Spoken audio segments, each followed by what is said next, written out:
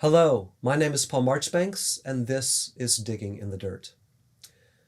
Today I'll be considering one of my favorite action films of all time, Anthony and Joe Russo's Captain America: Winter Soldier from 2014. This superhero flick's warnings about evolving technology's potential constraints on freedom look like they may prove eerily prescient. I spent my elementary school years convinced that the United States was safe and free compared with countries like the USSR. I read Myrna Grant's books about a young boy named Ivan who lived behind the Iron Curtain, so my imagination could conceive of suffocating constraints on freedom of expression and faith-based worship elsewhere in the world. In Richland, Washington, however, I benefited from a racially, socioeconomically, and religiously diverse friend group. As I've explained elsewhere, my first rude awakening occurred when I moved to eastern Tennessee at age 11 and learned that the inequality I'd read about in history books had found plenty of ways to continue manifesting in the country to which I regularly pledged allegiance on weekdays. Other awakenings have followed. And yet, I have continued to operate under the assumption that the renowned freedom which still entices newcomers and that rule of law which prevents society from deteriorating into chaos will continue to imperfectly define the experience of many, though definitely not all, law-abiding American citizens. This optimism, born of experience and shaped by privilege, is now shaking and threatening to split apart completely. The tipping point is not any number of shocking, very tangible things happening these days, from the excesses of ICE to the military campaigns of a president who arrived in office with promises of non-intervention. No, my greater concern lies with a bit of science fiction about to become applied reality, something which could rapidly exacerbate these other issues. The federal use of AI to survey, profile, and enforce the agenda of any administration, current or future. The existence of such technology will surprise no one who keeps up with both new developments in artificial intelligence and the state of those various totalitarian countries who recommit daily to regulating their own citizens' political and religious activities. I'm no longer shocked even by a population's willingness to trade freedom for security. A friend of mine who visited numerous cities in China over the last couple of years felt utterly safe walking out after dusk in major metropolitan areas during her overseas stay. Assuming one is fine with keeping dissenting opinions to themselves and practicing their faith in private, you can enjoy in Beijing or Hong Kong an enviable measure of outdoor nighttime contentment, rare in many American cities. The close monitoring of citizens has not yet penetrated every home in China, as it has in the three totalitarian states of George Orwell's 1984. So the loss of anonymity in public spaces can seem a fair exchange, at least for now. It's not hard to imagine AI becoming increasingly intrusive once a government, in the interest of national security, allows AI to access every aspect of our personal devices. It remains to be seen whether computers will ever develop the kind of independence present in the show Person of Interest, but the way AI in that series rapidly sifts through tens of thousands of visual and audio files to predict likely human behavior seems increasingly plausible, much more possible than, say, the telepathic precogs who similarly foretell the future in Spielberg's adaptation of Philip K. Dick's Minority Report. One might conclude that any such fantastic abilities, including not only precognition, but more run-of-the-mill powers like superhuman strength and speed, have no place in serious discussions of issues affecting real people in the here and now. What bearing can a fictional, superpowered hero like Captain America have on the life and death crises besetting our world? Quite a bit, actually, when we admit that the stories we tell both reflect and shape our assumptions about issues like surveillance, autonomous weapons, and first strike capabilities. I looked back through my comic book collection recently and found very few Captain America issues in the mix. He apparently had little hold on my imagination in secondary school. And Marvel's Civil War storyline in 2006 and 2007, even better in the comics than in the third Captain America film, only temporarily boosted my interest in this flag-wearing nationalist icon. The super soldier first materialized in 1940 to fight Nazis and the Third Reich, and ever since his most enduring enemy has been the ridiculously macabre Red Skull, an erstwhile partner to Adolf Hitler, who has consistently pursued world domination on his own terms. Unlike the Thanos that we met in Phase 3 of the Marvel films or the death-dealing vigilante the Punisher, the motivating factors behind the Red Skull's violence have always been easily reducible. He is the anti-Captain America, the villain who defines his arch-nemesis through uncomplicated opposition to the liberties we still currently cherish. In my oldest Captain America comic, published in 1978, one of the Red Skull's minions, transformed to look like his master, shouts at Cap, "This is your end, you freedom-worshipping fool!" Harsh language, right? Our hero responds, "Third Reich or thousandth, there will always be a Captain America to oppose you."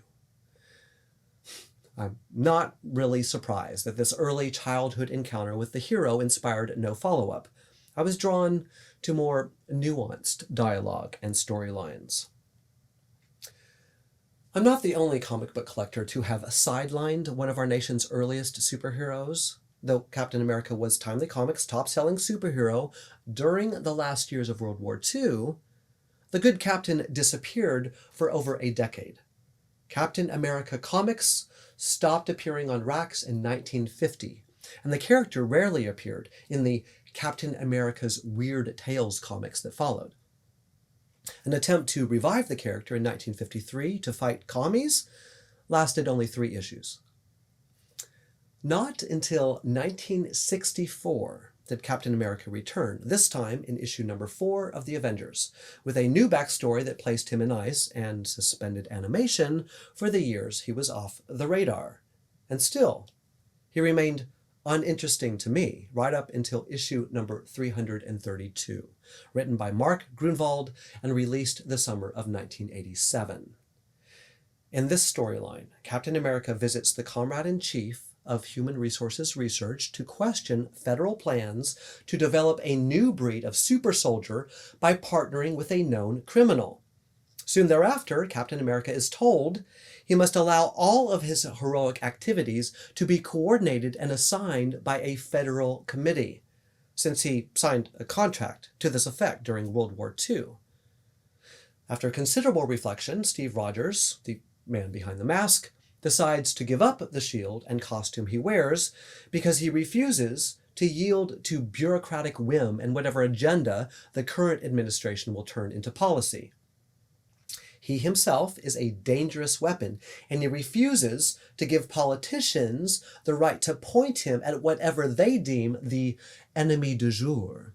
He believes that the Star and Stripes should represent, quote, "those intangibles upon which our nation was founded: liberty, justice, dignity, the pursuit of happiness."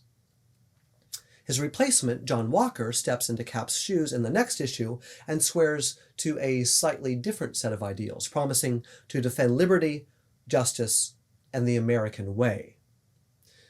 As it turns out, the American way Walker believes in involves opposition to sex education and indecency, a highly malleable concept, to say the least, debated by art critics and religious devotees alike. A decade later, in 1996, another less interesting reset of Captain America comics inscribes liberty and justice on Cap's brain via the Pledge of Allegiance and the song God Bless America, touchstones that spotlight the USA's status as a united republic tied to the soil. As land acknowledgments remind us, the very soil that extends, as the song says, from the mountains to the prairies to the oceans white with foam, has a complex history tied to indigenous peoples and our government's broken promises. Singing such lyrics without ever questioning the romantic mythology they perpetuate can, as theologian C.S. Lewis noted in The Four Loves back in 1960, generate the incorrect belief, quote, that our own nation, in sober fact, has long been and still is markedly superior to all others. On the lunatic fringe, Lewis continues, such thinking, quote, may shade off into the popular racialism which Christianity and science equally forbid.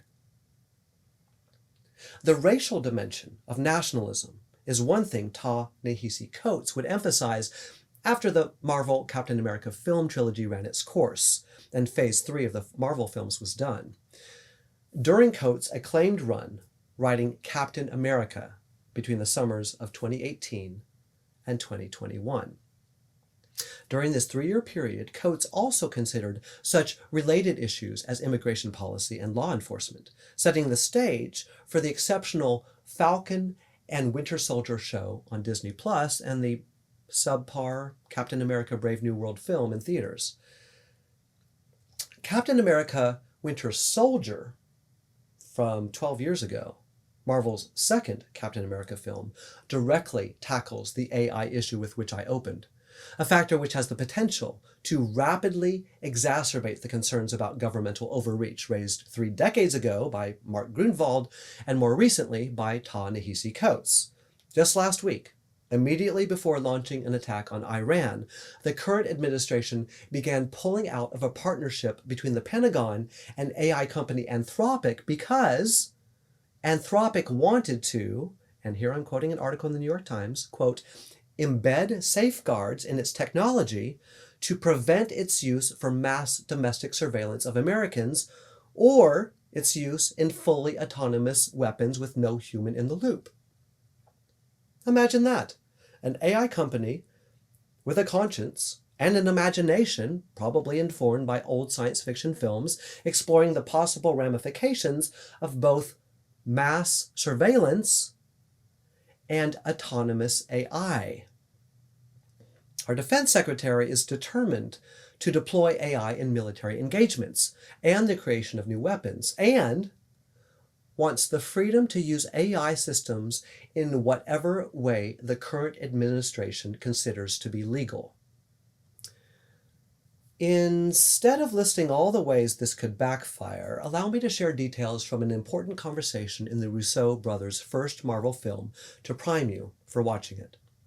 Nick Fury touts the benefits of Project Insight, 3 next-generation airborne helicarriers bristling with long-range artillery that can eliminate 1,000 hostiles a minute, connected to a network of targeting satellites that can read a terrorist's DNA inside his hideout.